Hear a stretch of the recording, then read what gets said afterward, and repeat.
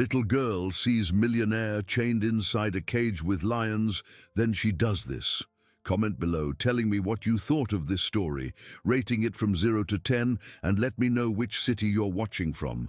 I really want to know if you liked my story and get to know you better, so subscribe to my channel to support my work. I'm counting on your help. The desperate scream of Lily cut through the stifling air of the Texas afternoon like a blade, echoing through the dusty streets on the outskirts of Dusty Creek. The 4-year-old girl, with messy brown hair and worn-out clothes she had been wearing for 3 days, had escaped from the municipal temporary shelter when the monitor got distracted by a phone call. Her bare feet ran over the packed dirt, following the distant sound that attracted her like a magnet, deep and terrifying roars coming from the traveling circus set up in the town's vacant lot. Lily knew the sound of danger well.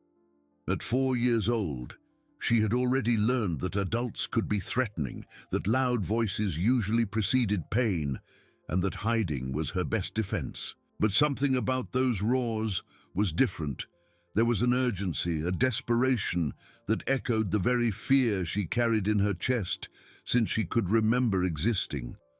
Her steps led her to the makeshift bars of the enclosure, where she crouched behind a pile of old crates. What she saw inside made her heart race in a way she had never experienced. In the center of the metal cage, among 3 lions pacing in restless circles, was a man. He wasn't a tamer in colorful clothes like she had seen in torn picture books. He was an ordinary man in a dark suit now dirty and torn, chained by his wrists to an internal grate. His hands shook visibly as the felines approached and retreated, his eyes wide with pure terror. Caleb Montgomery, 45 years old, felt every beat of his own heart echo in his ears like war drums. Sweat poured down his face, mixing with tears of despair he couldn't control. The chains on his wrists were starting to cut into his skin, but the physical pain was nothing compared to the terror consuming him. The lions, agitated by the heat and the strange presence in their territory, growled low, their muscles tense under their golden fur. Lily watched mesmerized, recognizing in that man's face the same expression of dread she saw in the mirror every morning. There was something familiar in that suffering, a connection her childish mind couldn't name. But her heart understood perfectly, without thinking of the consequences, without calculating the risks. She filled her lungs and screamed with all the strength her little lungs allowed. The shrill and desperate sound of the childish voice tore through the air like an alarm, making the lions instinctively recoil and catching the attention of Dr. Bernard Price, who was walking down the side street carrying his veterinary bag. The 52-year-old man, thin and with graying hair, had just attended to a cow with birthing problems at a neighboring ranch and was returning home when he heard the girl's scream. Bernard ran in the direction of the sound, his professional instinct activated by the urgent tone in the child's cry. When he reached the circus enclosure and saw the scene through the bars, his blood ran cold. A small child was pointing desperately towards the inside of the cage, where a man was clearly in mortal danger. The lions, disturbed by the sudden scream, had become even more agitated, and one of them was dangerously approaching Caleb. "My God," murmured Bernard, running to find someone responsible for the circus. His shouts for help echoed through the camp, waking other workers sleeping in nearby trailers. The confusion that followed was intense, shouts, running, and the metallic sound of keys being desperately searched for. Lily remained motionless behind the crates, watching everything with wide eyes. When they finally managed to open the cage and remove the man from the chains, she saw his eyes meet hers for a brief moment. In that instant, something passed between them. A mutual recognition of pain, of abandonment, of survival against all odds. While Caleb was taken to an ambulance that Bernard had called, his legs trembling so much he could barely stand, Lily slowly rose from her hiding place. The veterinarian, watching the commotion around the ambulance, noticed the small, dirty girl who had raised the alarm. "You were very brave, little one," said Bernard, crouching down to her level. "What is your name?" "Lily," she replied in a low voice, her eyes still fixed on the ambulance where the man was being treated. "And where are your parents, Lily?" The question made the girl lower her head, her small fingers nervously playing with the hem of her tattered t-shirt. Bernard immediately realized he had touched a deep wound, and his veterinarian heart, used to caring for injured animals, recognized the signs of an abandoned child. "It's okay. You don't have to answer right now," he said gently. "Do you want to come with me to have a glass of water?" Lily hesitated, all her instincts screaming to run. Adults meant danger, adults hurt, adults lied. But there was something different in that man's voice. A genuine kindness she had rarely experienced. And more importantly, he had run to help the man in the cage, just as she had screamed. Maybe, just maybe, he was different. When she nodded shyly, Bernard smiled and extended his hand. Lily looked at that hand, calloused by years of caring for animals, and for the first time in a long time, decided to trust. As they walked together away from the circus, she didn't know that her life was about to transform in ways not even her child's imagination could predict.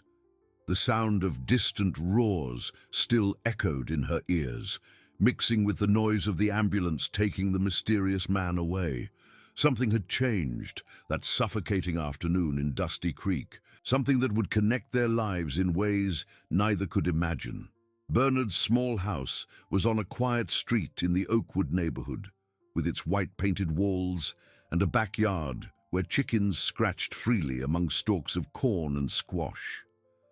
Lily held the veterinarian's hand firmly, her eyes scanning every detail of the environment with the caution of someone who had learned to map escape routes. The smell of fresh coffee emanated from the small but cozy kitchen, mixing with the scent of eucalyptus Bernard used to treat injured animals. "Sit here at the table, little one," said Bernard, pulling out a wooden chair for her. "I'll get some warm milk and cookies that my neighbor brought yesterday." Lily climbed onto the chair with difficulty, her skinny little legs barely reaching the floor. For the first time in days, she felt protected by walls that didn't echo with screams or threats. She watched Bernard move around the kitchen with careful gestures, the same delicacy he probably used with sick animals. When he placed the glass of warm milk in front of her, she drank greedily, as if fearing someone would take it from her hands. "Slow down, darling," murmured Bernard, sitting in the chair next to her. "No one is going to take anything from you here." While Lily savored the butter cookies, Bernard observed the signs that years of caring for wounded animals had taught him to recognize. The way she protected the food with her arms, how her eyes never stopped checking the kitchen exits, how she flinched at the slightest noise. That child had suffered, and greatly. The old wall phone rang, startling Lily, who dropped some crumbs on the floor. It was the Dusty Creek Municipal Hospital, informing him about the condition of the man who had been rescued. Bernard spoke in a low voice, but Lily caught fragments. Stable, shock, doesn't want to talk to anyone. "Is the man from the cage okay?" she asked when Bernard hung up. "He's in the hospital recovering," he replied, surprised by the genuine concern in the childish voice. "You were very brave today, you know. If you hadn't screamed, it might have been too late." Lily lowered her eyes, not used to praise. In her experience, adults only spoke to her to complain or give orders. The kindness of that man confused all the defense mechanisms she had developed. "Why was he there?" she asked, her childish curiosity overcoming fear. "I don't know, little one. Sometimes adults make bad choices, or bad people do bad things to them. The important thing is that now he is safe." That night, Bernard improvised a bed on the living room sofa for Lily, covering her with a crocheted blanket his late wife had made. The girl took a long time to fall asleep, used to the noisy nights of the shelter and the cold streets where she sometimes needed to take refuge. The silence of the house was almost disturbing to someone who had grown up with the constant sound of arguments and crying. During the early morning, Lily woke up with nightmares involving roars and chains. Bernard found her curled up on the sofa, trembling and whispering, "Don't hurt me," repeatedly. He sat beside her, speaking in a low voice about simple things: the chickens in the yard, the birds that sang in the morning, the flowers he would plant in the garden. Gradually, the girl's breathing calmed down. The next morning, Bernard had to leave for a veterinary emergency. A cow had eaten barbed wire at the Oliver Ranch. He left Lily with Mrs. Higgins, the 70-year-old neighbor who made the best biscuits in the region. The lady with white hair and a floral apron received the girl with maternal affection, but Lily remained silent, watching everything with suspicion. "That girl needs a real family," murmured Mrs. Higgins to Bernard when he returned. "A child can't stay without roots." At the municipal hospital, Caleb Montgomery faced his own demons. The 45-year-old man, who a week ago ran his small furniture factory with apparent normality, now trembled at every noise in the corridor. The doctors had medicated his anxiety, but couldn't erase the images that haunted him. The yellow eyes of the lions, the animal smell, the certainty that he would die there. "Mr. Montgomery," said the nurse softly, "you have a visitor. Says he was the one who found you." Bernard entered the room with careful steps, as if approaching a wounded animal. Caleb was sitting on the bed, his wrists bandaged where the chains had cut, his gaze lost in the window overlooking the hospital parking lot. "I came to see how you were feeling," said Bernard, pulling up a chair. "I'm Bernard Price, the town vet." Caleb turned slowly, studying the sincere face of the man who had participated in his rescue. For a moment, he considered pretending he didn't remember anything, keeping the silence he had chosen since arriving at the hospital. But there was something in Bernard's gentle expression that made him lower his guard. "Thank you," he murmured, his voice hoarse from screaming in the cage. "If it weren't for you—" "It wasn't just me," interrupted Bernard. "It was a brave little girl who raised the alarm. Lily, 4 years old. Without her, I would never have heard anything." The name echoed in Caleb's mind like a distant bell. Lily. There was something familiar about that name, a memory struggling to emerge through the fog of trauma and medication. But the more he tried to remember, the more the memory escaped. How was a small child there alone? He asked, genuinely concerned. Bernard sighed, telling him about the temporary shelter, about Lily's escape, about how she was now temporarily in his house while social workers decided the next step. Caleb listened in silence, a strange expression crossing his bruised face. "Is she okay?" "The girl," he insisted. "She is, but she had nightmares last night. Seeing that scene must have been traumatic for a child." Caleb closed his eyes, a new weight adding to the guilt he already carried.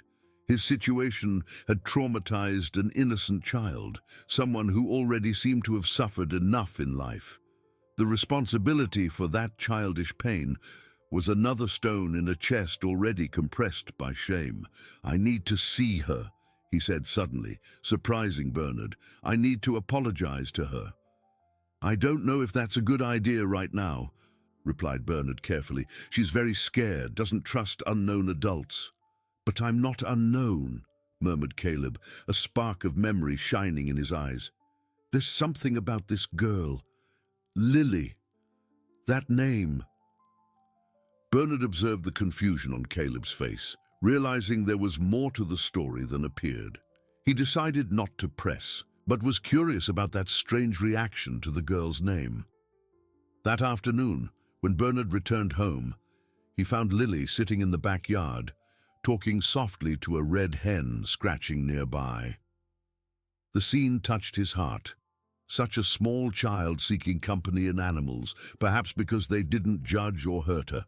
"Made a friend?" he asked, sitting on the ground beside her. "Her name is Caroline," said Lily, delicately stroking the hen's feathers. "Like my mom." The revelation hit Bernard like a lightning bolt. It was the first time Lily mentioned any family member. He swallowed his emotion and asked gently, "Was your mom named Caroline?" "She went away when I was little," said Lily, continuing to stroke the hen. "But sometimes I dream she comes back and hums that pretty song she knew." Bernard felt his heart tighten. Caroline. That name was also familiar to him, but he couldn't place where he had heard it. He decided to investigate discreetly, perhaps in the town hall records or with acquaintances in town. Meanwhile, at the hospital, Caleb remained awake in bed, tormented not only by memories of the lions, but by a persistent feeling that he knew that girl from somewhere. The name Caroline echoed in his mind, bringing fragments of memories he couldn't completely connect. Night fell over Dusty Creek, bringing with it buried secrets that would soon begin to emerge, changing all the lives involved in ways no one could predict. 3 days after the rescue, Bernard received a call that would change everything. It was Isabella Montgomery, 38 years old, Caleb's sister, her voice choked with crying and desperation. She had arrived from a business trip in Dallas and found the factory closed, employees confused, and her brother missing. She only learned what had happened when she went to the hospital looking for him. "Please," she pleaded over the phone, "I need to understand what happened. The doctors say he doesn't want to speak, that he's in shock. You were the one who found him, weren't you?" Bernard looked at Lily, who was playing in the yard with Caroline, the red hen that had become her constant companion. The girl hummed a melancholy melody he didn't recognize, but which touched something deep in his heart. "We can talk," he said finally, "but not here. The girl who raised the alarm is with me, and she has suffered enough trauma." They met at Daisy's Diner in downtown Dusty Creek. Isabella arrived with red eyes and hands trembling visibly. She was an elegant woman dressed in expensive clothes, but now carried the weight of a devastating guilt. Her brown hair was disheveled, and she nervously clutched a leather purse between her fingers. "I did a terrible thing," she began, before Bernard even sat down. I put my brother in that cage." The confession came out as a desperate whisper. Bernard sat down slowly, processing the shocking information. Isabella continued, words stumbling in her haste to confess. "Caleb has a problem," she said, wiping her eyes with a paper napkin. "Online gambling. 2 years ago it started small, but it grew. He embezzled money from the company, from the inheritance our parents left, even from the emergency fund we had. We lost important contracts because he couldn't focus on work." Bernard listened in silence, realizing the depth of that family's suffering. Isabella took a deep breath before continuing. "I thought if he spent a few hours scared, if he saw the gravity of the situation, he would stop betting. I met Otis Donovan, the circus owner, in a bar. He was drunk, complaining about debts. I offered money for him to scare my brother, just that. A few hours in an empty cage. I would pick him up later." "But the lions," began Bernard, horrified. "There weren't supposed to be lions," exploded Isabella, attracting the attention of other customers in the diner. She lowered her voice, continuing, "Otis said it would be an empty cage just to scare him, but when I arrived to pick him up, the lions were there. Otis was completely drunk, said he confused the cages, that the animals were put there by mistake." Isabella's hands shook so much she could barely hold her coffee cup. Bernard realized this woman was on the verge of a nervous breakdown. "I tried to convince Otis to take Caleb out immediately, but he said he couldn't control the lions alone, that he needed to wait for the Tamir to return from town. They were the worst hours of my life, seeing my brother in that terror, knowing I had caused it." "Why didn't you seek help sooner?" I tried, but Otis said if I brought authorities, he would tell them it was all planned by me, that I would be arrested for attempted murder. I was desperate, walking in circles when I heard that scream.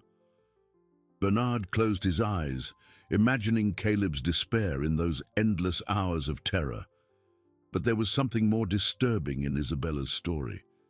"Your children," he said suddenly. "Where are your children during all this?" Isabella's face completely crumbled. "Arthur and Benny are with the nanny in Dallas. They're 8 years old, twins.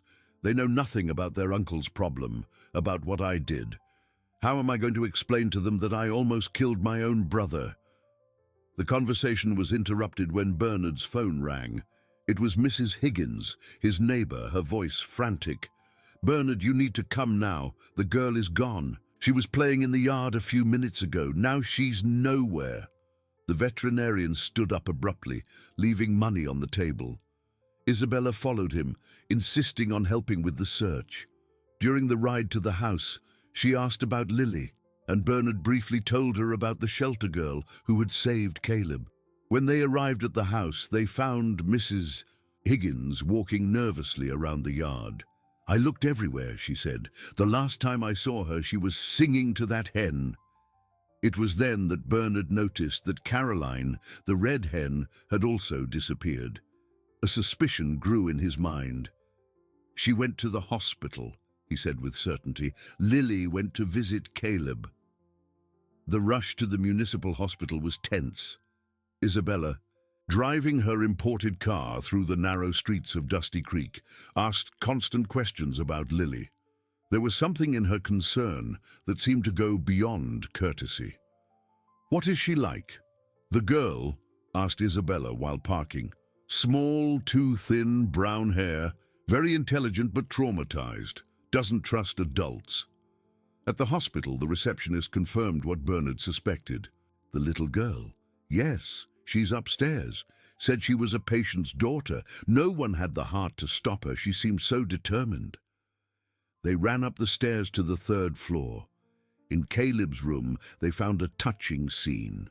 Lily was sitting on a chair next to the bed, Caroline in her lap, humming softly the same melancholy melody Bernard had heard in the yard.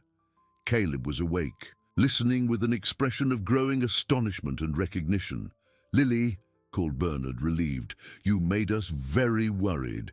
The girl turned, her large eyes showing a mixture of guilt and determination. "He was sad," she said simply. "Caroline and I came to make him feel better." It was then that Caleb saw Isabella standing in the doorway. His face hardened instantly, anger replacing the serenity he had found in Lily's presence. "Get out of here," he said with an icy voice. "You've done enough." "Caleb, please," began Isabella, but he interrupted her. "I don't want to hear your excuses. I almost died because of you."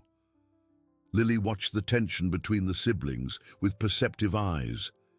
Even at 4 years old, she recognized toxic family dynamics. It was something she knew too well. "Are you his sister?" she asked Isabella, her voice small but clear. Isabella knelt down to the girl's level, trying to control her tears. "Yes, I am. And I did a very bad thing to him. Sometimes when we love someone, we make wrong choices trying to help." Lily studied Isabella's face for a long moment. "My mom used to say that making a mistake isn't the worst part. The worst is not saying sorry." The simplicity of the childish observation echoed through the silent room. Caleb looked at Lily, then at Isabella, seeing for the first time the genuine pain in his sister's eyes. "Your kids," he said finally. "Arthur and Benny, do they know?" "They know nothing," whispered Isabella. "And I'm afraid I can't take care of them properly anymore after what I did. I've been drinking every night since this happened." The confession brought a heavy silence to the room. Bernard realized he was witnessing the collapse of an entire family. But it was Lily who broke the silence. "Where are your kids now?" she asked with a child's natural curiosity. "In Dallas, with the nanny," replied Isabella. "But I can't pay her any more. I'll have to bring them here, and I don't know how to explain that their uncle is in the hospital because of me." Caleb closed his eyes, the reality of the situation finally penetrating through his anger. His sister was destroyed, his nephews needed him, and the whole family was crumbling because of his gambling and the desperate consequences it had generated. "Where will they live?" he asked, his voice softer. "I don't know," admitted Isabella. "I lost the apartment in Dallas. I have nothing left." At that moment, Caroline clucked softly in Lily's lap, as if wanting to join the conversation. The girl stroked her feathers and said with the innocent wisdom only children possess, "Broken families can be fixed. I believe that." But what none of them knew was that a much bigger storm was approaching, one that would test all the bonds that were beginning to form. A week after Isabella's confession, life in Bernard's small house had turned into controlled chaos. Arthur and Benny Montgomery, the 8-year-old twins, had arrived from Dallas in the back seat of an intercity bus, bringing only a school backpack each, and eyes full of confusion. Isabella hadn't managed to adequately explain why they needed to leave the big city to live temporarily with a veterinarian they barely knew. Lily watched the new boys with cautious curiosity. Arthur was the talkative one, with dark hair like his mother and restless energy that made him ask constant questions. Benny, slightly shorter than his twin brother, was quiet and observant, reminding Lily of herself. Both found the drastic lifestyle change strange, from private nanny and spacious apartment to sharing a small room in a simple house. "Why can't we see Uncle Caleb?" Arthur asked for the 10th time that morning, while Bernard tried to serve breakfast for 4 people at a table that barely fit 3. "He's sick in the hospital," replied Isabella, avoiding her son's questioning eyes. "He'll get better soon."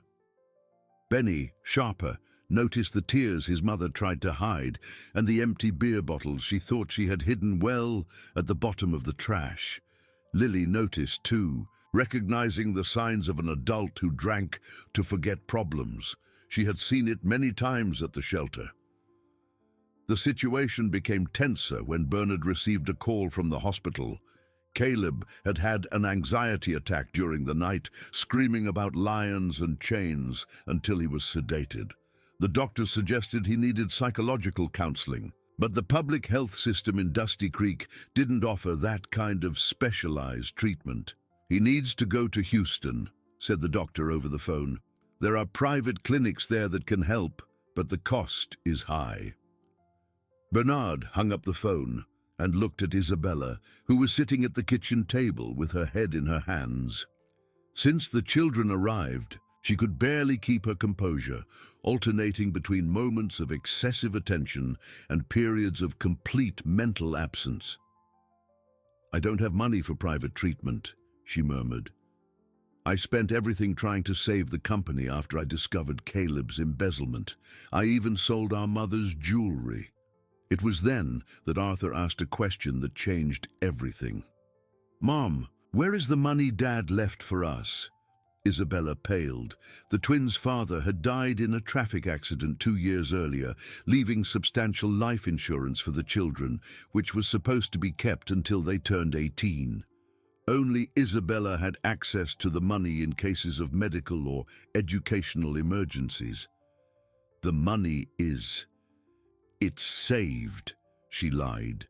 But Benny noticed the hesitation. The truth was devastating. Isabella had used part of the children's money to try to cover the losses caused by Caleb's gambling in the family business. She hadn't told anyone, not even her brother, carrying alone the weight of having stolen her own children's future.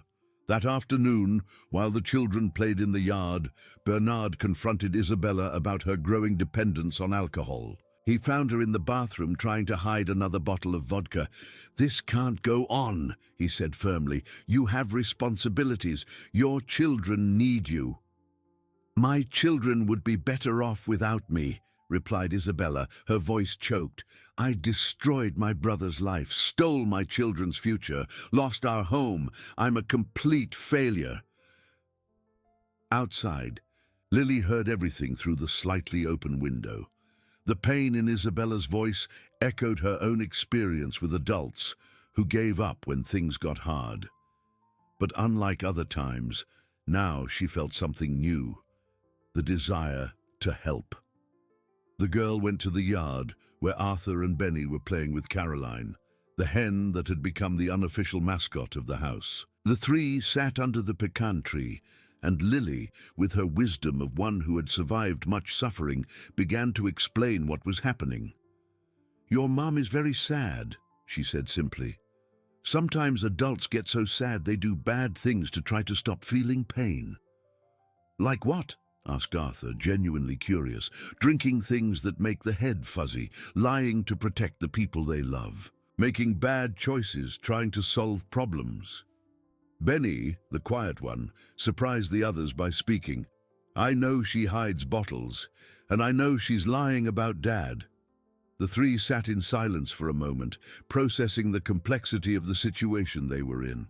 It was Lily who had the most experience with troubled adults, but it was Arthur and Benny who had the most to lose. That night, Caleb called from the hospital. Bernard answered, and his grave expression alerted everyone in the house that something was wrong. "Otis Donovan," said Caleb, his voice tense over the phone. "The circus owner. He's demanding money." "Money for what?" asked Bernard, putting the phone on speaker so Isabella could hear.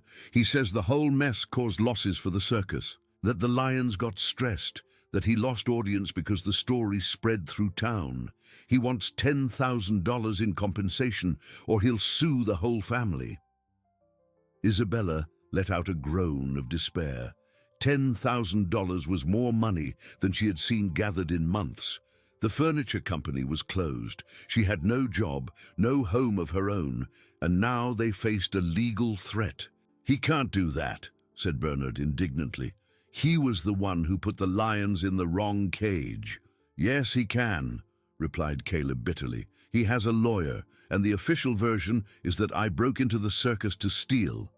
Isabella paid him to keep quiet about the real reason, remember? Now he's using that against us." The children heard everything in silence. Lily held the twins' hands, feeling the same sense of helplessness that had accompanied her throughout her short life. But this time was different.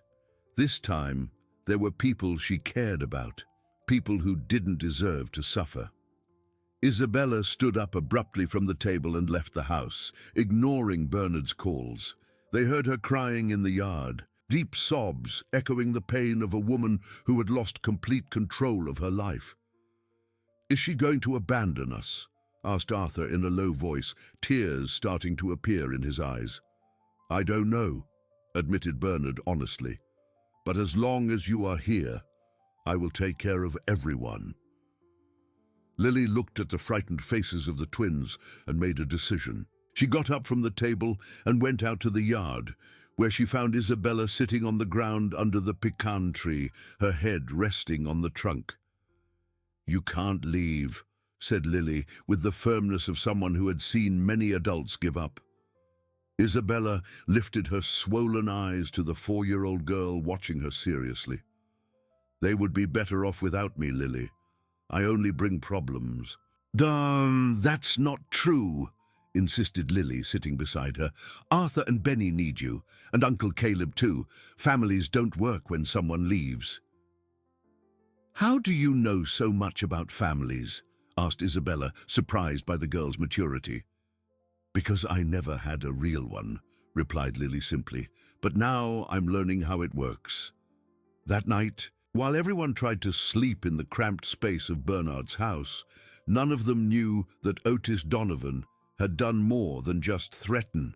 He had hired a lawyer and started an investigation into the whole family, discovering secrets that would make the situation even more desperate. The morning brought a discovery that shook the improvised family.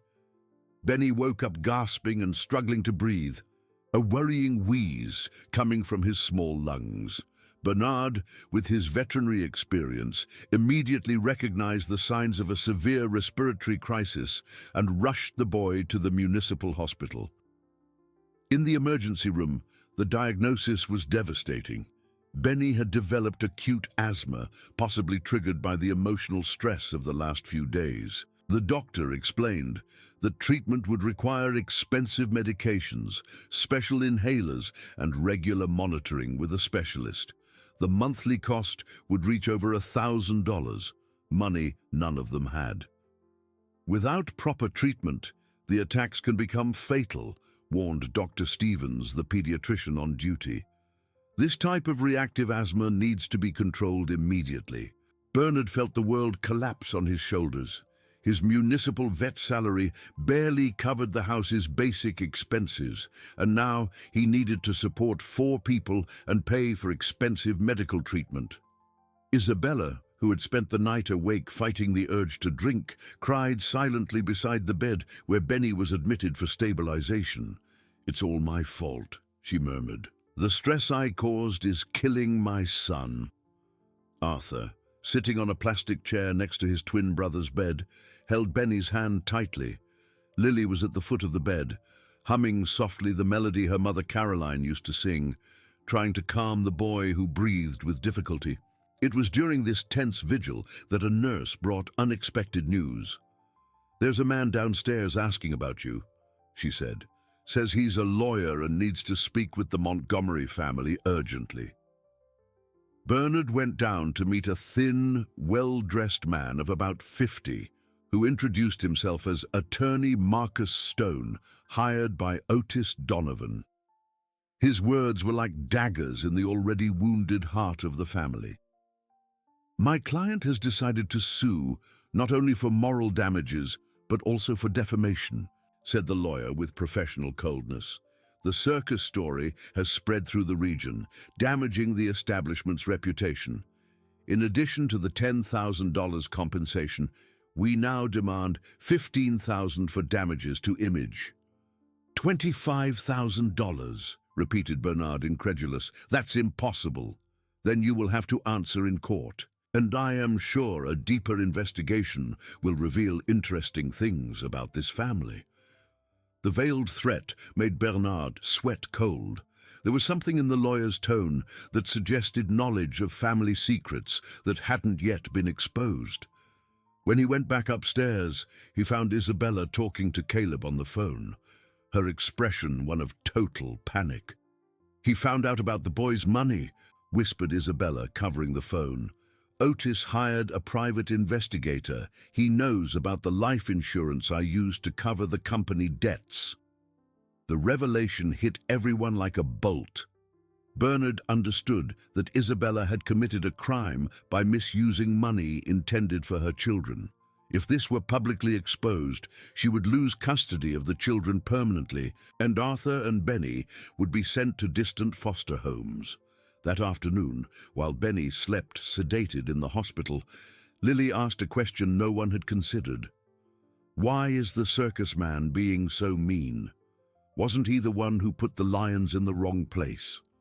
Bernard realized the girl had touched on a crucial point. He decided to investigate Otis Donovan's history more deeply. Using his contacts at City Hall, he discovered disturbing information about the circus owner. Otis had arrived in Dusty Creek with huge debts, fleeing creditors in other towns.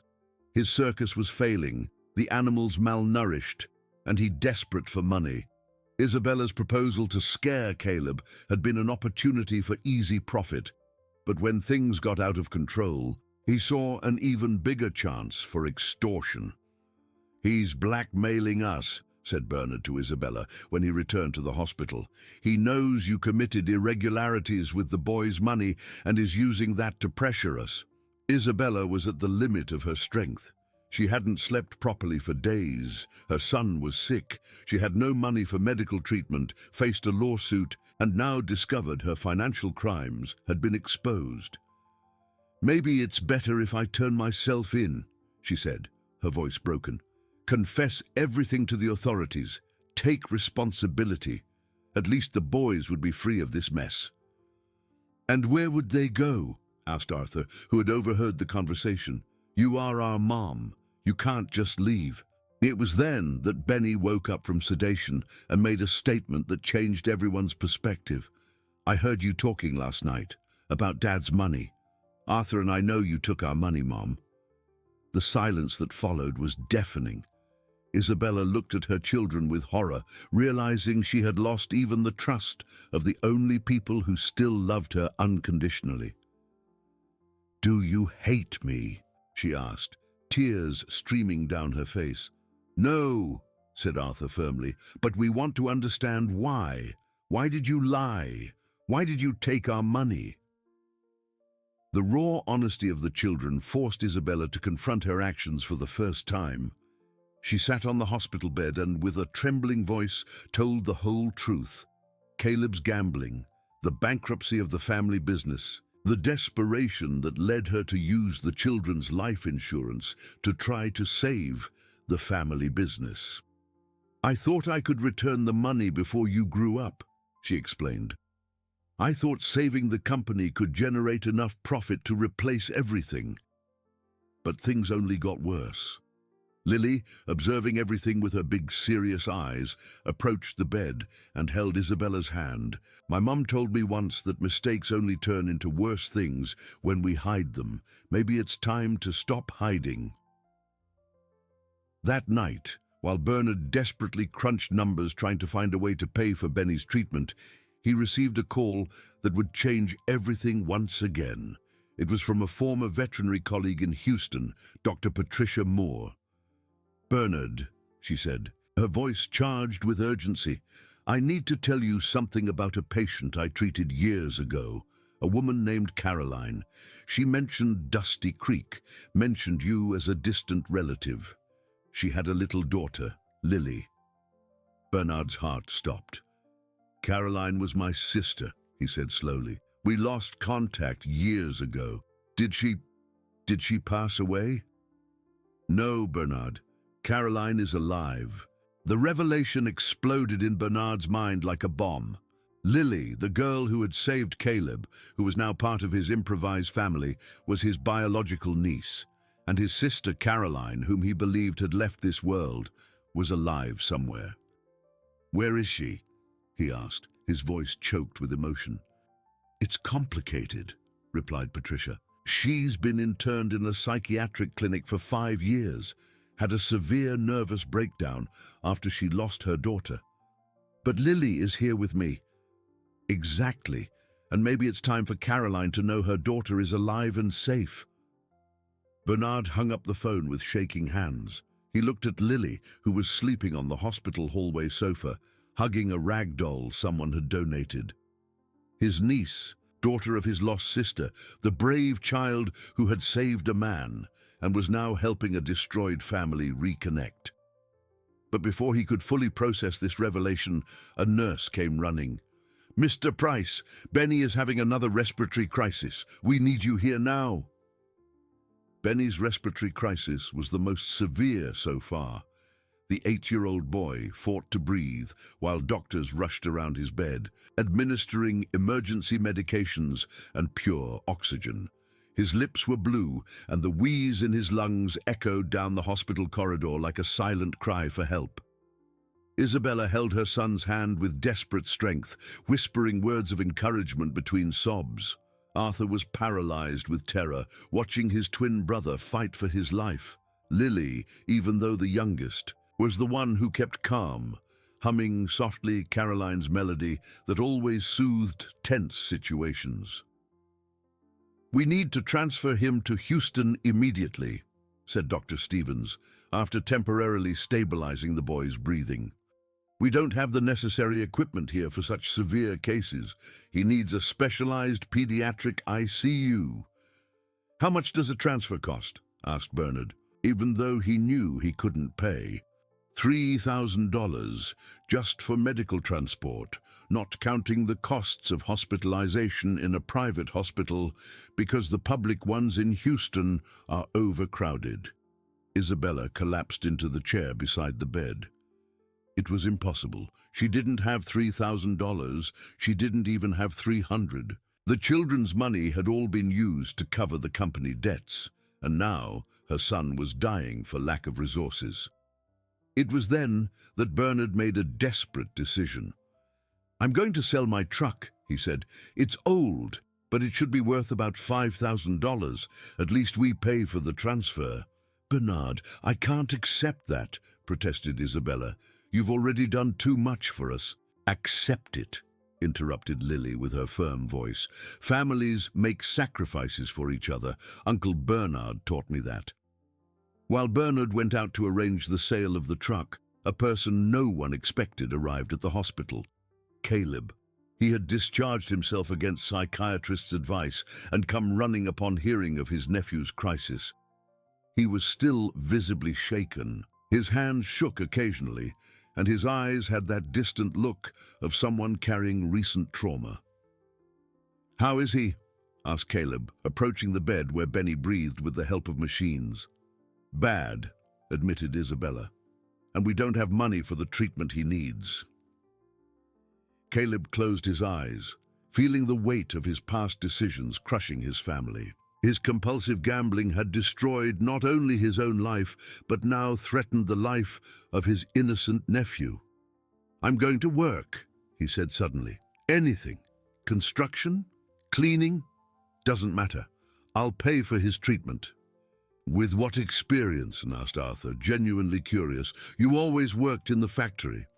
"I know how to make furniture," replied Caleb. "I learned from our father. I can work as a carpenter, make custom furniture." It was a desperate plan, but it was a plan. Caleb had no equipment, no workshop, no customers, but he had skill and, for the first time in months, real determination to change his life. Dr. Patricia called Bernard again while he was negotiating the sale of the truck. This time, she had more information about Caroline, and it was disturbing. "Bernard, I got more details about your sister," she said. "Caroline isn't just interned.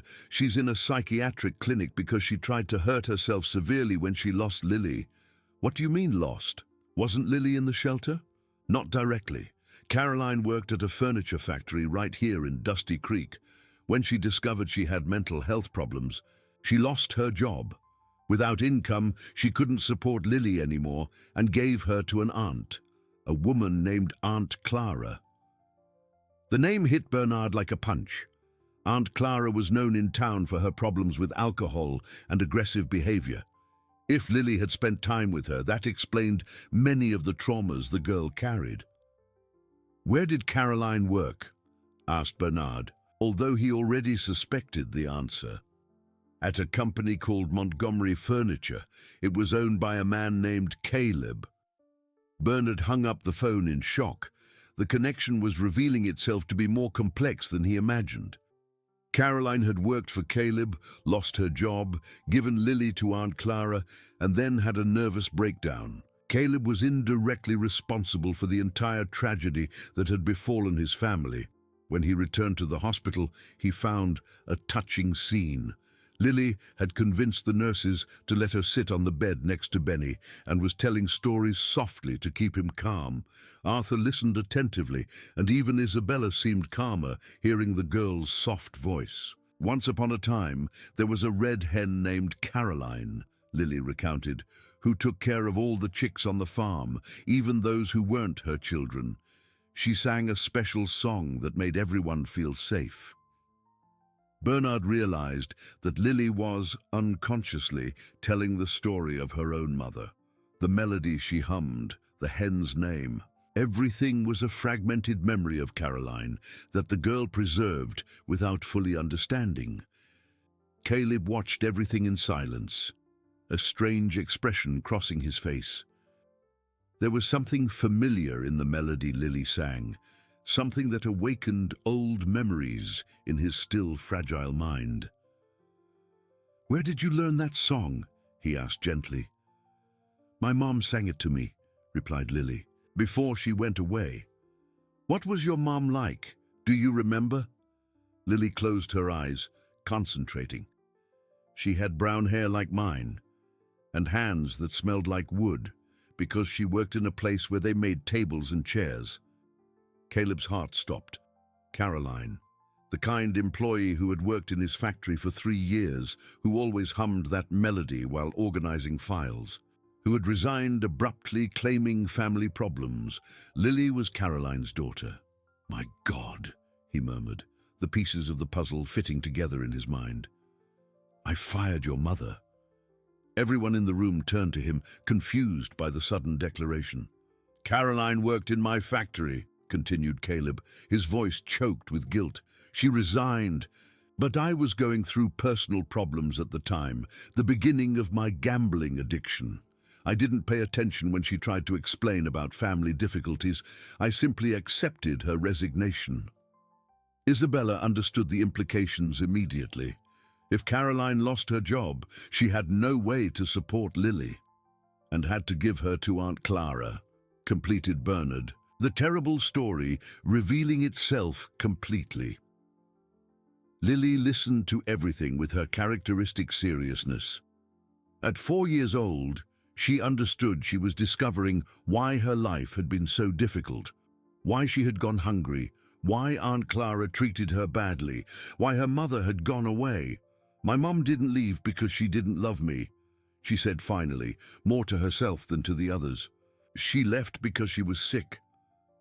Caleb knelt beside the bed where Lily sat. I am so sorry, he said, tears streaming down his face. I didn't know. If I knew she was in trouble, I would have helped. You can help now, said Lily with the simplicity only children possess. You can help Benny get better. That night, while waiting for the ambulance that would take Benny to Houston, Caleb made a decision that would change everything. He called an old factory client, a man who had always admired his work. Mr. Johnson, he said over the phone, I need work urgently. Anything related to carpentry. It's a family emergency. The man on the other end of the line was surprised to hear from Caleb after months of silence, but had always respected his professional skill. I have a big project, said Mr. Johnson. Furniture for an entire inn, but it's a tight deadline and payment only at the end. I accept, said Caleb immediately. When can I start? Tomorrow morning. But Caleb, are you sure? I heard you were having trouble. I'm recovering, replied Caleb, looking at Lily holding Benny's hand, and I have good reasons to change. When the ambulance finally arrived, the whole improvised family climbed aboard. During the trip to Houston, Lily sat next to Bernard and asked a question that would change everything once again. Uncle Bernard, do you think my mom would like to know I'm okay? The pediatric ICU at St. Luke's Hospital in Houston was a world of fluorescent lights and equipment emitting constant sounds. Benny was stabilized, but still needed artificial oxygen. The doctors had managed to control the crisis, but warned that treatment would be long and costly. He'll need to stay hospitalized for at least 2 weeks, explained Dr. Ford, the pulmonologist. Then, outpatient follow-up for months. The total cost could reach $50,000. Isabella felt her legs weaken. $50,000 was more money than she had seen together in her entire life. Caleb, who remained beside his nephew's bed, clenched his fists with growing determination. I'll manage, he said firmly. I'll work day and night if I have to. Meanwhile, Bernard had decided to act on Dr. Patricia's revelation. He left the children with Isabella and headed to the Hope Clinic, where Caroline had been interned for 5 years. His heart beat fast in his chest as he walked through the silent corridors of the psychiatric institution. Dr. Regina Stone, the psychiatrist responsible for Caroline, received Bernard in her office with a cautious expression. Mr. Price, I understand you are our patient's brother, but I must warn you that Caroline is in a very delicate phase of her treatment. What do you mean, delicate? She developed severe depressive disorder after losing contact with her daughter. For years, she believed Lily had passed away because of her. Recently, we managed to stabilize her emotional state, but any shock could cause a relapse. Bernard took a deep breath. Doctor, Lily is alive. She is with me, is a healthy and brave girl. Dr. Regina stood up abruptly from her chair. Excuse me. Lily, 4 years old, brown hair, sings a melody Caroline used to teach. She has been under my care for 2 weeks. The doctor fell silent for a long moment, processing the information. If this is true, it could be the key to Caroline's complete recovery. But it can also be dangerous if not handled properly. Can I see her? You can, but first I need to prepare Caroline for the possibility. She cannot have a violent emotional shock. Meanwhile, at the hospital, Lily talked to Benny, who was awake but still dependent on oxygen. Arthur listened attentively while she told about her life with Aunt Clara, about the cold nights on the street, about how she learned to be brave when she was scared. "Did Aunt Clara drink like your mum drinks?" asked Arthur with childish curiosity. "She drank more," replied Lily honestly. "And when she drank, she got meaner. But I learned that when adults drink too much, it's because they have pain in their heart. They don't know how to heal." Isabella, hearing the conversation from the hallway, felt a stab of guilt. A 4-year-old child understood her situation better than she did herself. She decided at that moment she needed to change, not just for her children, but for Lily too. Caleb had left to meet Mr. Johnson and start the carpentry work immediately. The makeshift workshop was in the backyard of the man's house, a small space, but with basic tools. Caleb picked up a piece of wood and began to work, his hands gradually remembering the movements he had learned from his father. "Are you sure you can do all this alone?" asked Mr. Johnson, looking at the drawings of the furniture for the inn. "I'll manage," replied Caleb, already cutting the first pieces. "I have very important reasons to manage." As he worked, memories of Caroline came back gradually. He remembered her always arriving early at the factory, meticulously organizing papers, humming while she worked. He also remembered the day she resigned, how she seemed desperate to talk to him, but he was too busy with his own problems to pay attention. At the psychiatric clinic, Dr. Regina carefully prepared Caroline for her brother's possible visit. The 32-year-old woman was visibly thinner than before. Her brown hair had lost its shine, but her eyes still held the kindness Bernard remembered. "Caroline," said the doctor softly, "I have news that might be hard to hear, but could also be the best news of your life." Caroline lifted her eyes from the book she was reading, a cautious expression crossing her face. For years, she had learned to distrust news, especially good news. "It's about Lily," continued Dr. Regina. Her daughter's name made Caroline stiffen completely. "Please, no, I can't talk about her today. I'm not ready yet." "Caroline, listen. Your daughter might be alive." The book fell from Caroline's hands, her pupils dilated, and she began to tremble. "Don't joke with me. Not about this. Your brother Bernard is here. He said Lily is with him." Caroline stood up from the armchair so quickly she almost fell. "Bernard, my brother is here. Do you want to see him?" Caroline nodded, tears already streaming down her face. When Bernard entered the visiting room, the two siblings hugged tightly, 5 years of separation dissolving in seconds. "Are you okay?" asked Bernard, studying his sister's thin face. "I am now," she replied. "Bernard, tell me the truth. Is Lily really alive?" "She is, and she's an extraordinary girl. Brave, intelligent, affectionate. She saved a man from a terrible situation." Caroline began to cry more intensely. "I thought she had, that because of me she didn't survive with Aunt Clara. I spent years blaming myself." "Did Aunt Clara mistreat her?" asked Bernard, although he already knew the answer. "Aunt Clara had serious drinking problems. She was violent, negligent. I only left Lily with her because I was having severe mental breakdowns.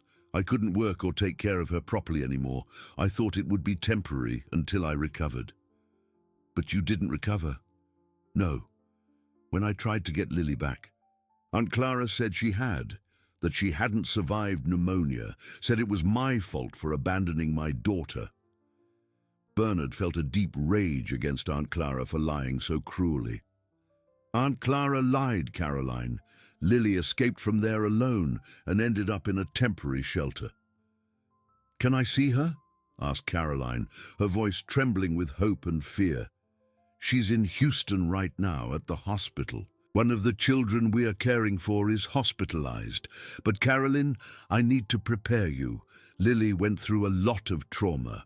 She will need time to trust again." That afternoon, Dr. Regina authorized a supervised visit to the hospital. Caroline was visibly nervous during the ride, her hands trembling as she held a small teddy bear she had bought at the hospital shop. In the pediatric ICU room, Lily was sitting on a chair next to Benny's bed, drawing with crayons on a sheet of paper. When she saw Bernard enter accompanied by an unknown woman, she stood up instinctively and positioned herself behind the chair, her defense mechanism activated. Caroline stopped in the doorway, observing the daughter she hadn't seen for 2 years. Lily had grown, her hair was longer, but she was definitely her girl. The same serious expression, the same big, observant eyes. "Hi, Lily," said Caroline softly, crouching down to be at her daughter's level. Lily studied the woman's face carefully. There was something familiar there, something that awakened fragmented memories, but she couldn't identify what it was. "Do you know my mom?" she asked. The question she always asked when meeting new adults. Caroline's heart broke and mended at the same time. "I am your mom, my darling." Lily stood motionless for a long moment. Then, slowly she began to hum the familiar melody, the song Caroline had taught years ago. When Caroline joined the melody with her own voice, Lily stopped singing and stared at her with wide eyes.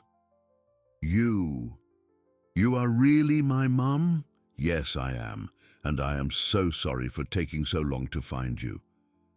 But the moment Caroline reached out to hug her daughter, the alarm on Benny's equipment went off, and nurses ran into the room, interrupting the reunion with a new medical crisis that would change everything once again. Benny's new crisis was more severe than the previous one. His small body convulsed on the hospital bed while doctors fought to stabilize his breathing. The boy had developed secondary pneumonia, a serious complication putting his life at imminent risk. "We need to transfer him to the main ICU immediately," shouted Dr. Ford, while nurses prepared more sophisticated equipment. "He's going into respiratory failure." Arthur watched the medical team's desperation with terror in his eyes. His twin brother, his other half, was fighting for his life, and he felt completely helpless. Isabella held her own hands to stop them from shaking, repeating prayers she had learned in childhood. Caroline, who had just reunited with her daughter after years of suffering, found herself in the middle of a new family tragedy. Lily watched everything with her characteristic seriousness, but instinctively grabbed Bernard's hand when the doctors took Benny away. "Will he be okay?" she asked, with the raw honesty only children possess. "We don't know," replied Bernard, deciding to be transparent, "but the doctors are doing everything they can." That night, in the ICU waiting room, the improvised family faced its first great test of unity.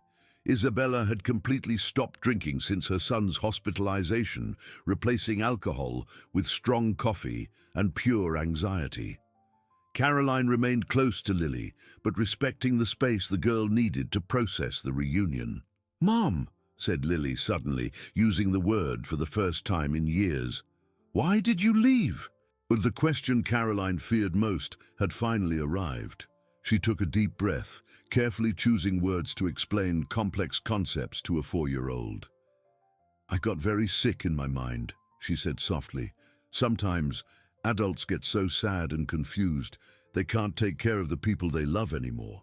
I needed to go to a place where special doctors could help me get better. And are you better now?"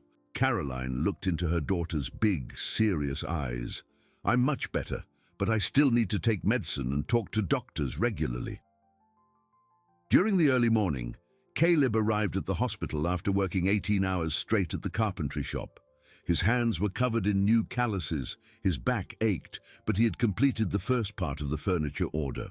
He brought with him $500, the first partial payment. "It's not much," he said to Isabella, handing over the money, "but it's a start." "Caleb, you don't need to kill yourself working for us," protested Isabella. "Yes, I do," he replied firmly. "This child is sick because of the stress my family caused. It's my responsibility now." It was then that Dr. Ford came out of the ICU with news that changed everything. "The pneumonia is responding to antibiotics," he said. "But we discovered something worrying in the tests. Benny has a genetic condition that makes his respiratory crises more frequent and severe." "What does that mean?" asked Arthur, who was awake listening to the adults' conversation. "It means he will always have respiratory problems. He will need special medication for the rest of his life, and crises like this can happen again if there isn't constant care." The diagnosis was devastating for the whole family. It wasn't just a matter of treating the current crisis, but assuming a permanent medical responsibility that would require constant resources. "How much does long-term treatment cost?" asked Bernard. "Between medications, specialized consultations, and home equipment, approximately $2,000 a month." Isabella collapsed into a waiting room chair.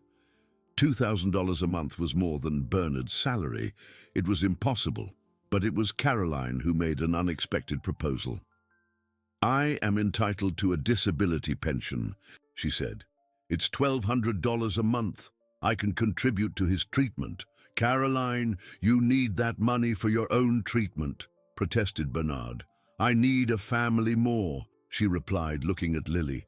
"And these children became my daughter's family. That makes them my family too." 3 days later, Benny left the ICU stabilized, but with an extensive list of special care. The family returned to Dusty Creek with borrowed medical equipment and a prescription that would cost a fortune monthly. Back at Bernard's small house, the family dynamic had completely changed. Caroline moved to town, renting a small room in a nearby boarding house to be close to Lily while they gradually rebuilt their relationship. Caleb worked from sunup to sundown at the carpentry shop, coming home exhausted, but with money to help with medical expenses. Isabella had completely stopped drinking and got a job as a cleaner at the municipal hospital, humble work, but which brought some income. The transformation in her was visible. Red eyes had given way to an iron determination to properly care for her children. But it was during a quiet afternoon, when Benny was playing in the yard with his new inhaler always nearby, that news arrived, shaking all the stability they had built. Attorney Marcus Stone, Otis Donovan's lawyer, appeared at the door with a court order. "The Montgomery family must appear in court next week," he said with professional coldness. "My client has decided to sue not only for material damages, but also for psychological trauma and attempted defamation." "How much is he asking for now?" asked Bernard, dreading the answer. $40,000 in general damages, plus legal costs. The amount was astronomical, even working day and night, even with Caroline's pension and Isabella's salary. It would take years to gather such a sum, and during that time, Benny would need constant medical care. "And if we can't pay?" asked Isabella, her voice trembling. "Asset seizure, compulsory salary deduction, and in your specific case, loss of child custody due to family financial instability." The final threat was like a dagger in Isabella's heart. After everything she had gone through to recover, to become a better mother, she now faced the possibility of losing her children because of a debt she couldn't pay. That night, everyone gathered in the small kitchen of Bernard's house to discuss the situation. Lily, sitting on Caroline's lap for the first time since the reunion, listened to the adults talk about problems that seemed to have no solution. "Maybe I should turn myself in to the authorities," said Isabella again. "Confess about the boy's money, take all responsibility. At least you would be free of the lawsuit." "And we would be without a mom," said Arthur firmly. "That solves nothing." It was then that Lily asked a question that changed everyone's perspective. Why is the circus man being so mean if he was the one who put the lions in the wrong place? The girl's simple observation made everyone stop and think. Caleb had been the victim of Otis's mistake, but now they were being treated as criminals. There was something profoundly wrong with that situation. "You're right," said Bernard slowly. "Otis is blackmailing us because he knows we did something questionable, but he also committed gross negligence." "The problem is proving it," said Caleb. "Who will believe our word against that of a businessman with a lawyer?" Caroline, who had remained quiet, suddenly remembered something important. "Lily," she said, "you said you saw everything when Uncle Caleb was in the cage. Did you see how the lions got there?" Lily nodded. "I saw the circus man change the cage signs. He was drunk and confused everything." The revelation brought a spark of hope to the whole family. If they could prove Otis had acted with negligence, maybe they could reverse the legal situation. But getting a 4-year-old's testimony taken seriously would be another immense challenge. "We need more evidence," said Bernard, "and we need a lawyer of our own." "With what money?" asked Isabella, always practical. It was then that Caleb made the most important decision of his life. "I'm going to sell the factory," he said. "What's left of it. It might not be worth much, but it's enough to hire a lawyer and fight for our family." The sale of the furniture factory turned out to be more complicated than Caleb had imagined. The establishment was full of labor debts, back taxes, and obsolete equipment worth much less than he expected. After settling all legal pendencies, only $8,000 remained, an amount insufficient to hire a competent lawyer for such a complex case. "Mr. Anthony Carter might help us," suggested Mrs. Higgins, Bernard's neighbor. "He's a retired lawyer, but still takes some cases for charity. He's known in town for helping simple people." The meeting with Mr. Anthony happened on a rainy Tuesday morning in his modest office in downtown Dusty Creek. The 68-year-old man, with completely white hair and blue eyes conveying wisdom, listened to the whole story attentively, making detailed notes in an old notebook. "Your situation is serious," he said, after listening to everything. "Otis Donovan has a history of similar lawsuits in other towns. He uses intimidation and blackmail to extort money from vulnerable families. Does that mean we have a chance?" asked Isabella, a spark of hope appearing in her tired eyes. "It means he is a habitual criminal, but proving it will be difficult. We need solid evidence of his negligence, and Lily's testimony, while important, won't be enough on its own."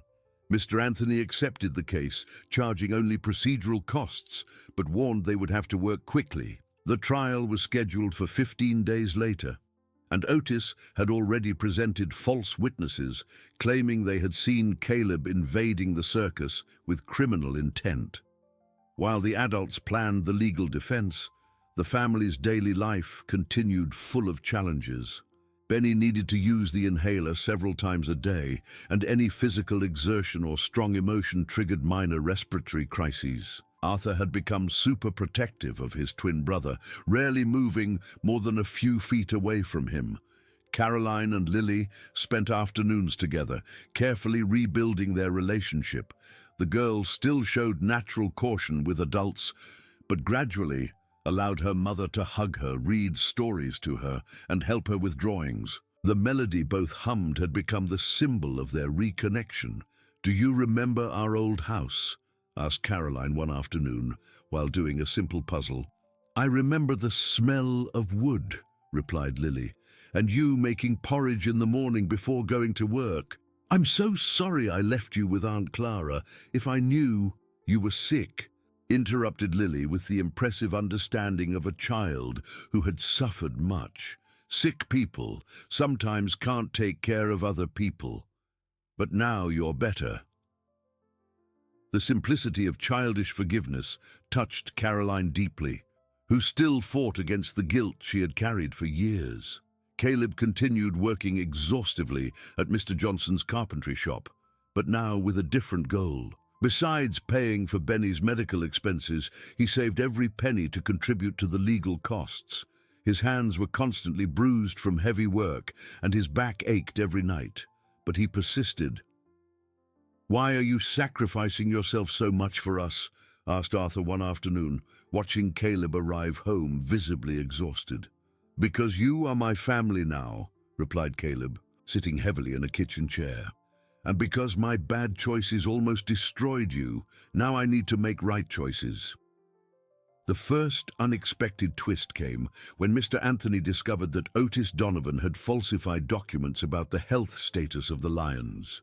The animals had been sick for months, aggressive due to malnutrition and mistreatment, information he had hidden from local authorities. "If we can prove the lions posed a danger due to mistreatment, we can argue Caleb was a victim of a dangerous trap," explained the lawyer. "How do we prove that?" asked Bernard. "We need the veterinary report on the animals, but Otis certainly hid those documents." It was then that Bernard had an idea. As a municipal veterinarian, he had contacts with colleagues in other towns. Maybe someone had treated the circus animals passing through the region. Bernard's investigation led to a shocking discovery. Dr. Mark Fletcher, a veterinarian in Austin, confirmed he had treated Otis's lions 2 months before the events in Dusty Creek. The animals were severely malnourished, with abnormal aggressive behavior, and he had recommended they be removed from circulation immediately. "Otis completely ignored my recommendations," said Dr. Mark over the phone. "Said he didn't have money to treat the animals properly. I even threatened to report him to animal control, but he left town before I could act." This information completely changed the course of the case. Otis knew the lions were dangerous, but continued using them in the circus, endangering not just Caleb, but the entire local population. While Mr. Anthony worked to get Dr. Mark's official reports, the family faced a new crisis. Isabella fainted at work due to exhaustion and extreme stress. The doctor who attended her warned she was at the limit of her physical and emotional strength. "She needs to slow down," the doctor told Bernard. "Her body is reacting to the accumulated stress of the last few months. If she continues like this, it could have serious consequences for her health." But slowing down was impossible. Isabella needed to work to help pay for Benny's treatment, and the trial was approaching quickly. The pressure on the whole family was becoming unsustainable. It was during this crisis that Lily did something unexpected. She approached Caroline one morning and said, "I want to help our family." "What do you mean, honey?" "I want to tell the judge what I saw at the circus. I want to help Uncle Caleb." Caroline was worried. Subjecting a 4-year-old child to the stress of a trial could be traumatic, especially considering everything Lily had already suffered. But Mr. Anthony, when consulted, said the girl's testimony could be crucial to the case. "Lily is the only eyewitness to Otis's negligence," he explained. "If she can tell the judge what she saw, in her own words, it might be what we need to win the case." In the days leading up to the trial, Mr. Anthony carefully prepared Lily for her testimony. He explained she would speak to a very important gentleman who would ask questions about what she had seen, and that she should tell only the truth. "Can I take Caroline with me?" she asked, using the name of the hen who had become her constant companion. "You can take anything that makes you feel safe," replied the lawyer with a smile. On the eve of the trial, the whole family gathered in Bernard's small kitchen for one last conversation. Benny was stable, but needed to avoid any excitement that could trigger a crisis. Arthur held his twin brother's hand tightly, promising they would stick together whatever happened. Caleb looked at every face around the table. Isabella exhausted but determined, Bernard worried but brave, Caroline anxious but present, the 3 children who had become the center of his new life. He thought about how it all started with his compulsive gambling, how a bad decision had led to a spiral of terrible consequences. "Regardless of what happens tomorrow," he said, "I want everyone to know you gave me something I had lost, a reason to live right. We're going to win." said Lily with the innocent confidence of a child, because we are telling the truth, and the truth always wins. That night, none of them slept well, all anticipating the day that would define the future of their improvised family. What they didn't know was that Otis Donovan had prepared a last surprise that would test all the bonds they had built. The Dusty Creek courthouse was busier than usual on the morning of the trial. The story of the man in the lion cage had spread through the town, awakening curiosity and sympathy for the family now fighting $1 million lawsuit. Several people gathered in the hallways, whispering about the case that had divided opinions in the community. Lily entered the courtroom holding Caroline's hand firmly, wearing her only clean dress and carrying a small basket where Caroline the hen was quietly settled. The girl watched everything around with big, curious eyes, but kept the serious posture she had developed to deal with challenging situations. Mr. Anthony was visibly tense. During the night, he had received an anonymous call warning that Otis Donovan had hired false witnesses and prepared fabricated evidence for the trial. The circus had left town weeks before, but the owner returned specifically for this process, bringing with him an expensive lawyer from Houston. "Remember," said Mr. Anthony to the family gathered in a side room, "say only the truth. Don't try to embellish anything. Honesty will be our greatest weapon." When Judge Robert Carver called the case, the courtroom was packed. Otis Donovan entered accompanied by attorney Marcus Stone and 2 assistant lawyers, all dressed in expensive suits, contrasting with the simple clothes of Caleb's family. The first surprise came when attorney Stone presented to the court a completely different version of events. According to his version, Caleb had invaded the circus during the early morning with criminal intent, trying to steal money from Otis's office. The lions had been placed in the cage as a security measure, and Caleb got trapped by his own fault. "My client," said Stone, pointing to Otis, "is a respectable businessman who had his business damaged by attempts at invasion and theft. The subsequent defamation campaign caused irreparable damage to his circus's reputation." Mr. Anthony stood up to contest, but Otis had brought 3 men who presented themselves as circus employees, all swearing they had seen Caleb trying to break into the office at dawn. Their statements were detailed and convincing, clearly rehearsed. "Those are lies," exploded Isabella, being immediately reprimanded by the judge. "Order in the court," said Judge Carver firmly. "The defense will have its opportunity to present arguments."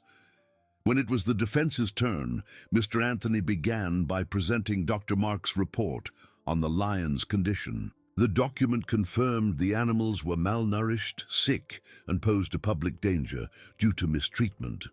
"Your Honor," said Mr. Anthony, "my client was a victim of the defendant's criminal negligence, who kept dangerous animals without proper care, endangering not only Mr. Montgomery, but the entire local population." Attorney Stone stood up immediately. "Objection. The report presented by the defense is from 2 months before the events. It proves nothing about the state of the animals on the specific day."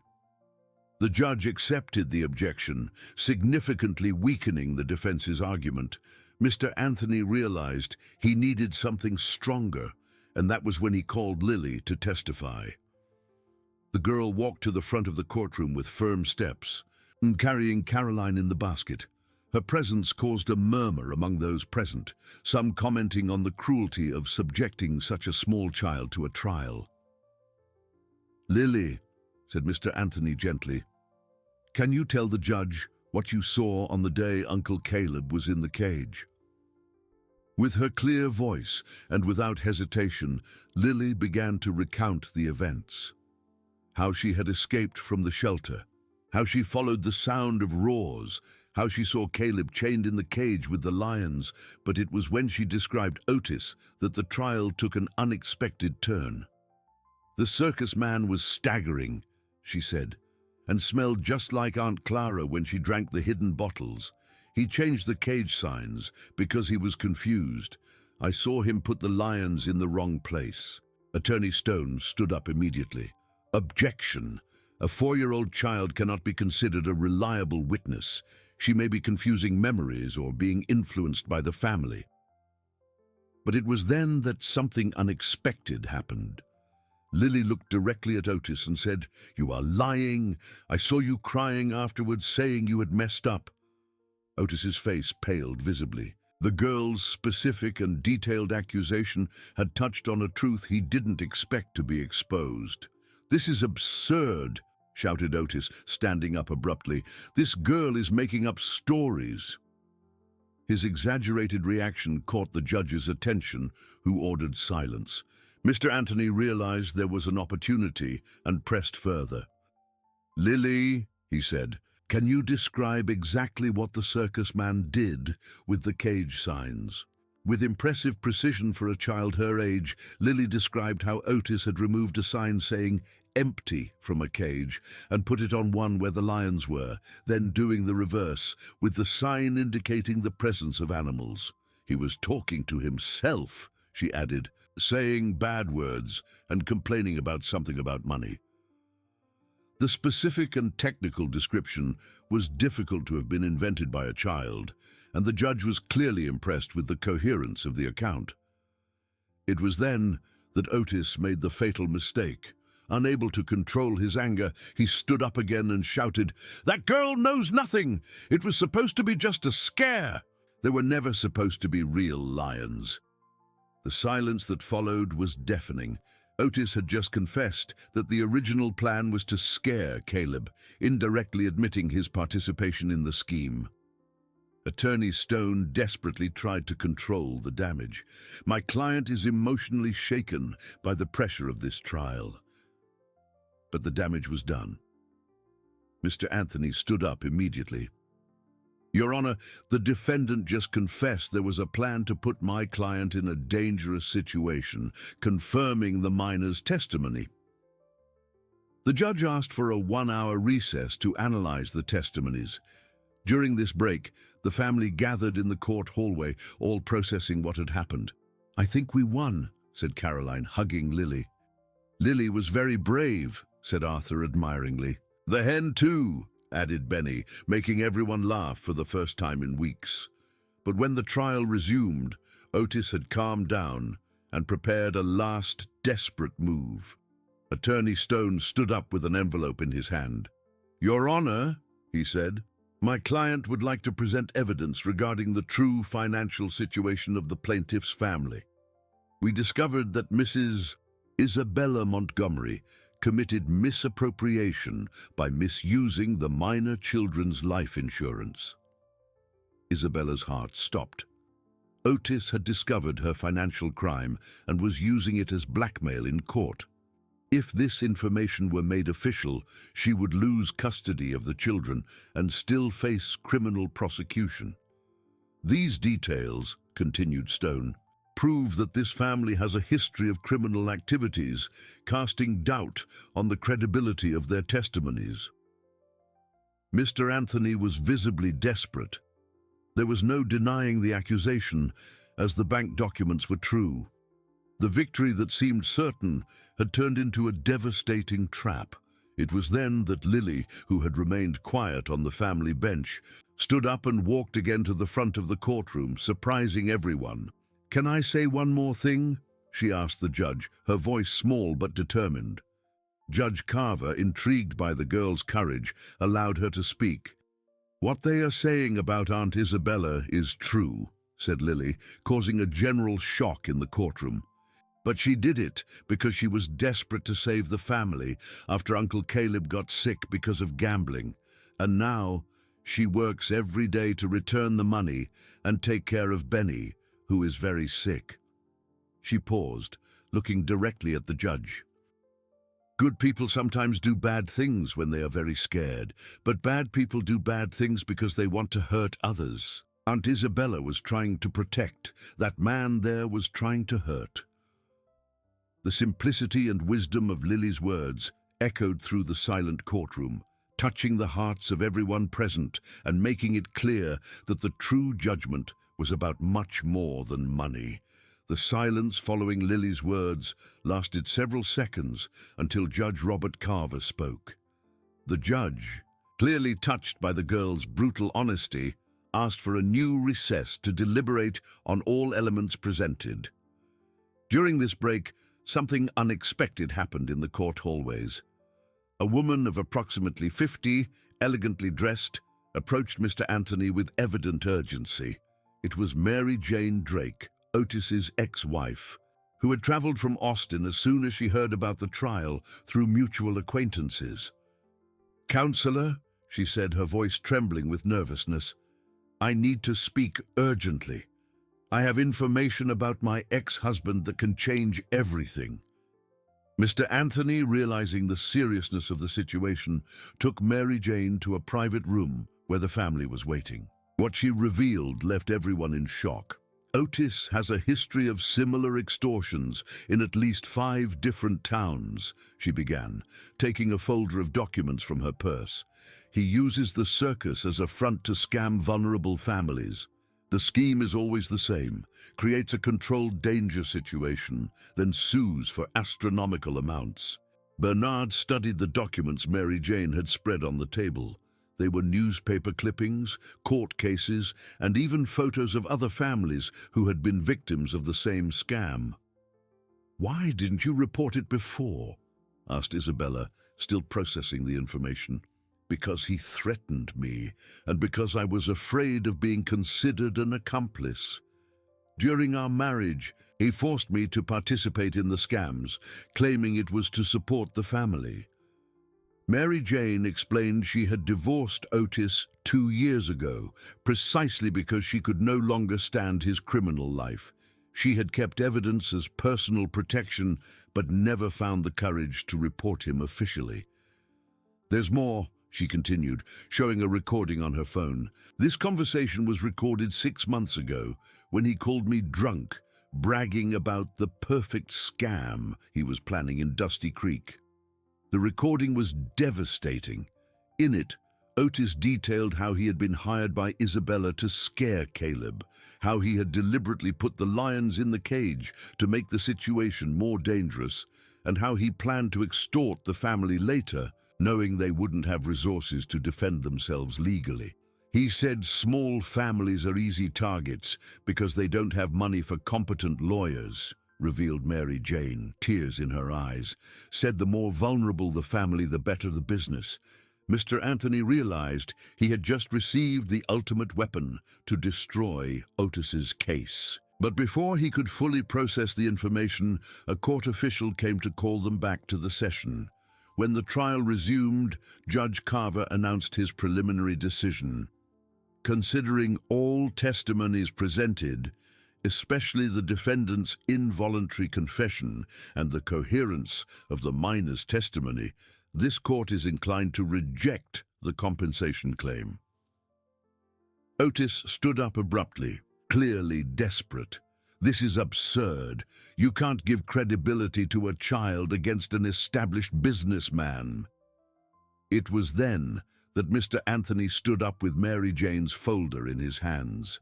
"Your Honor, the defense would like to present additional evidence proving the defendant is a habitual criminal." What followed was devastating for Otis. Mr. Anthony meticulously presented every document, every newspaper clipping, every previous lawsuit. But when he reached the recording, Otis's face turned into a mask of total panic. His own voice, clearly intoxicated, detailing his crimes and bragging about his victims, echoed through the silent courtroom. When the recording ended, even Attorney Stone seemed defeated. "The defendant not only committed extortion against this family," said Mr. Anthony, "but is a serial criminal who uses his circus to scam vulnerable families across the country." Judge Carver not only rejected Otis's claim, but also ordered his immediate arrest for extortion, conspiracy, and multiple crimes against families in various jurisdictions. The turnaround was so complete that Otis was taken from the courtroom in handcuffs, shouting empty threats against the family.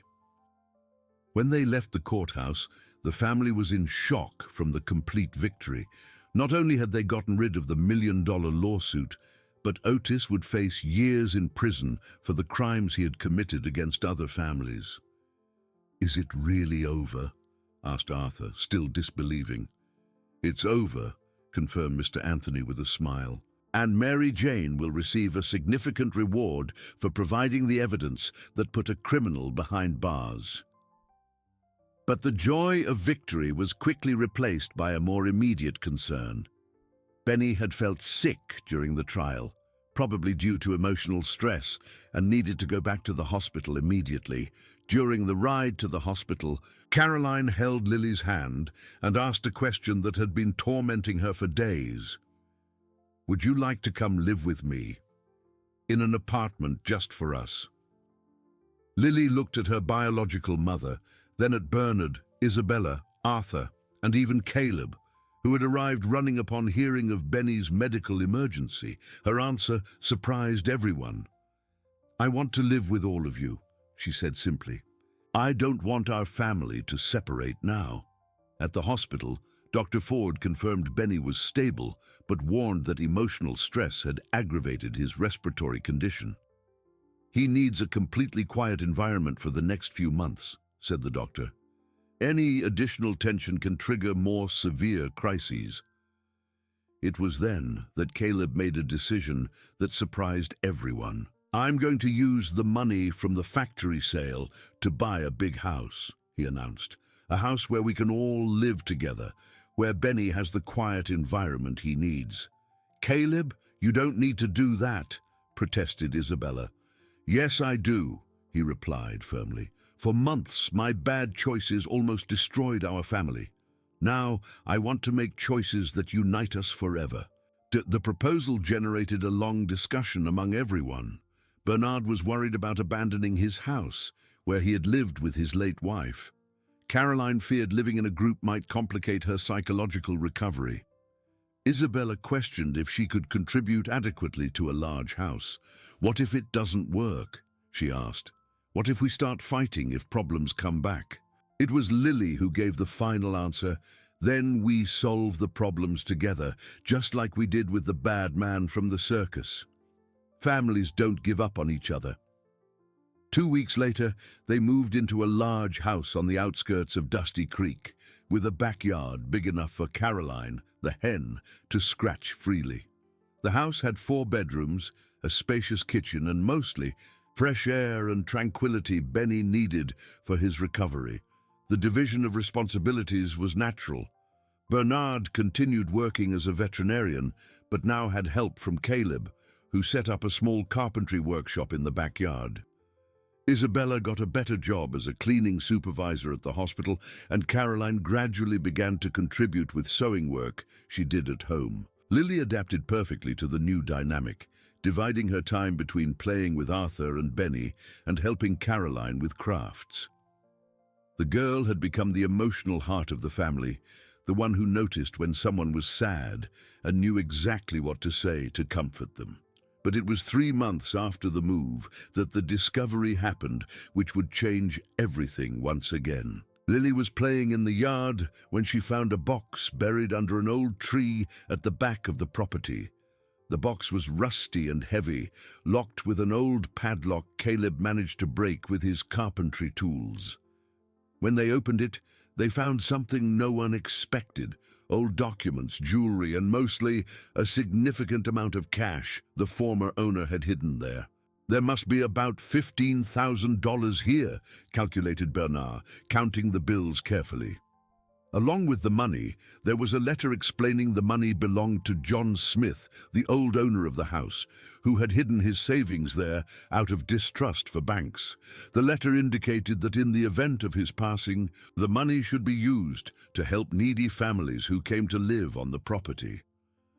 "It's as if the house knew we needed help," commented Caroline, still incredulous at the discovery.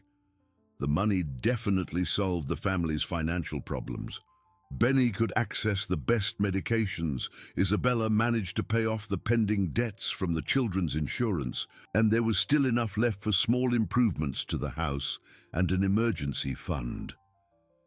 That night, While everyone celebrated the unexpected discovery, Lily sat on Caroline's lap and made an observation that perfectly summarized her journey.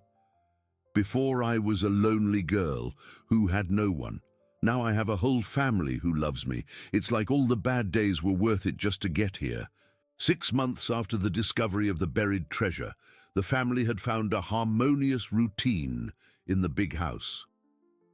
The Texas autumn painted the backyard trees with golden tones, and Benny had gone 3 months without any severe respiratory crisis, the longest period of stability since the diagnosis. Lily, now 5 years old, attended public school and stood out not only for intelligence but for emotional maturity that impressed teachers and classmates. She had become the natural bridge between all the different personalities making up her unconventional family. Caleb had expanded his carpentry workshop and gained several regular clients in the region. His hands, once soft executive hands, were now calloused by honest work, and he discovered a satisfaction in labor he had never experienced running the factory. The gambling addiction seemed a distant memory, replaced by a genuine passion for creating unique furniture. Isabella had been promoted to cleaning coordinator at the hospital and was studying nursing in a night course Caroline encouraged her to take. The change in her was radical, from eyes red with alcohol to bright eyes of someone who had discovered a life purpose. Bernard continued as municipal vet, but now shared responsibilities with a newly graduated young man, allowing him more time to care for injured animals he frequently brought home. The backyard had become a small sanctuary for abandoned or hurt animals. Caroline had become the preferred seamstress of Dusty Creek ladies, making party dresses and school uniforms with artisanal precision that conquered the entire clientele. More importantly, her mental health was completely stabilized, and she no longer needed daily medication. But it was on a sunny Thursday morning that an unexpected visit arrived, which would change everything once again. Dr. Patricia Moore, the veterinarian from Houston who had informed Bernard about Caroline, appeared at the house door with a serious expression on her face. "Bernard," she said, "I need to talk to the whole family. It's about your history, about how it all started."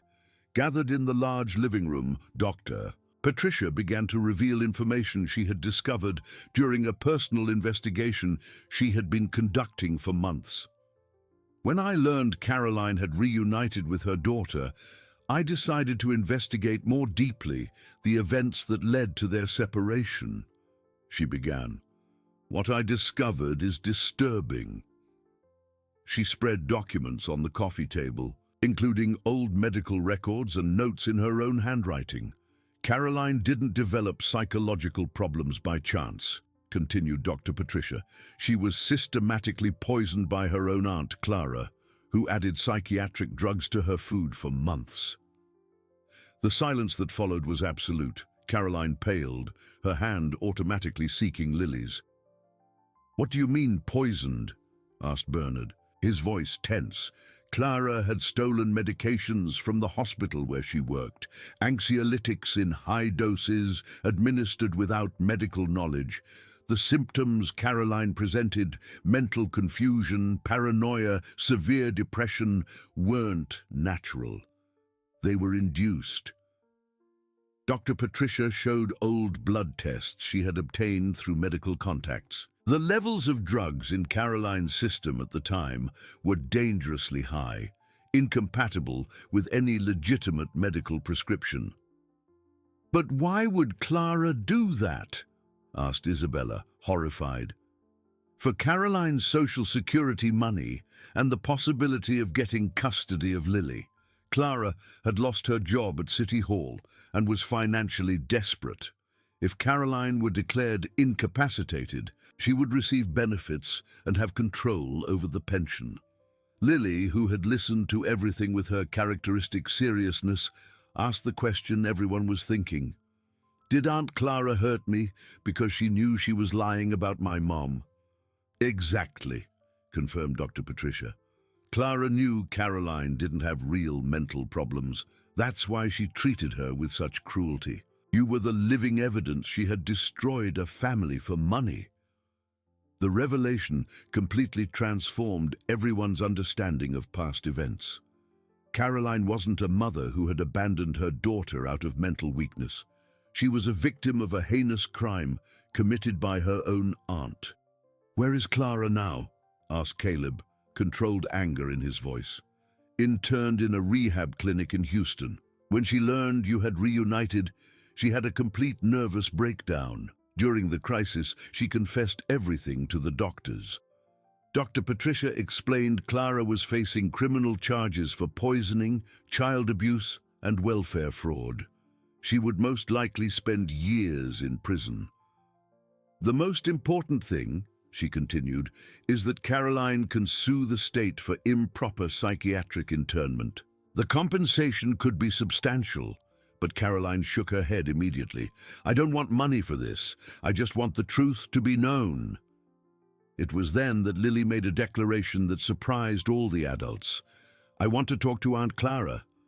"Lily, you don't need to do that," said Caroline protectively. "I want to do it," insisted the girl. "She needs to know that despite everything she did, I'm okay.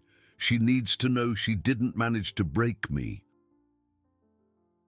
The visit to the rehab clinic was organized 2 weeks later, with psychological support and only Lily, Caroline, and Bernard present. Clara was visibly thinner and aged, her hair grey and eyes that couldn't fix on anything. When she saw Lily, Clara began to cry compulsively. "I am so sorry," she repeated. "I am so sorry, I am so sorry." Lily approached the woman who had been her torturer, and to everyone's amazement held her hand. "I forgive you, Aunt Clara," she said with her clear voice, "but you need to stay here until you learn not to hurt people." The simplicity of childish forgiveness broke something inside Clara, who collapsed completely. For the first time in years, she showed genuine remorse for her actions. When they left the clinic, Caroline hugged Lily tightly. "How can you forgive someone who did so many bad things?" "Because holding on to anger hurts inside here," replied Lily, touching her own chest. "And I don't want to feel pain inside here anymore. I just want to feel love." 6 months later, on a golden September afternoon, the family celebrated the first anniversary of their official formation. Lily had turned 6, Benny had been a year without severe crises, Arthur got the best grades in school, and everyone had found their places in the family dynamic. Bernard had officialized Lily's adoption along with Caroline, creating a unique legal arrangement where the girl had 3 official parents. Caleb and Isabella had married in a simple ceremony, officially uniting the 2 halves of the family. "You know what impresses me most?" said Bernard, watching the children play in the yard while Caroline, the hen, followed them like a faithful mascot. "What?" asked Caroline, who was sewing quietly on the porch. "That it all started with Lily saving Caleb from the lions, a 4-year-old girl who had already suffered so much but still had the courage to scream for help for a stranger. And now?" asked Caleb, arriving from the workshop with hands dirty with varnish. "Now she saved all of us," replied Isabella, who was studying for a nursing exam. "Taught us that family isn't about blood or conventions. It's about choosing to love each other every day." That night, while everyone had dinner at the big table Caleb had built specially to accommodate the whole family, Lily made an announcement that would be the perfect closure to her journey. "I want to tell a story," she said, rising from her chair with the seriousness of a little storyteller. "Once upon a time, there was a little girl who thought she was alone in the world. She didn't know she had a mom who loved her, an uncle who would take care of her, a family who would choose her. One day, she heard lion roars and discovered that saving other people made her feel strong." Lily paused, looking at every face around the table. The girl discovered that even when very bad things happen, very good things can always appear afterwards. She discovered families can be made any way, as long as they have real love. And she discovered the song her mum sang was about that, about flying away from bad places and finding a safe place to land. When she finished, everyone had tears in their eyes, recognizing in Lily's simple story the extraordinary journey they had lived together. "And then," asked Arthur, "how does the story end?" Lily smiled, the radiant smile of a child who had found her place in the world. It ends with the girl understanding she wasn't alone. She never was alone. She just needed to find the right people to form her family. And when she found them, they lived happily ever after, taking care of each other and helping other lost families find themselves too. And so, in a big house on the outskirts of Dusty Creek, an unconventional but deeply united family continued writing their story of love, redemption, and hope, living proof that the most beautiful endings are those built with patience, forgiveness, and the courage to choose love, even when life seems to have offered only pain.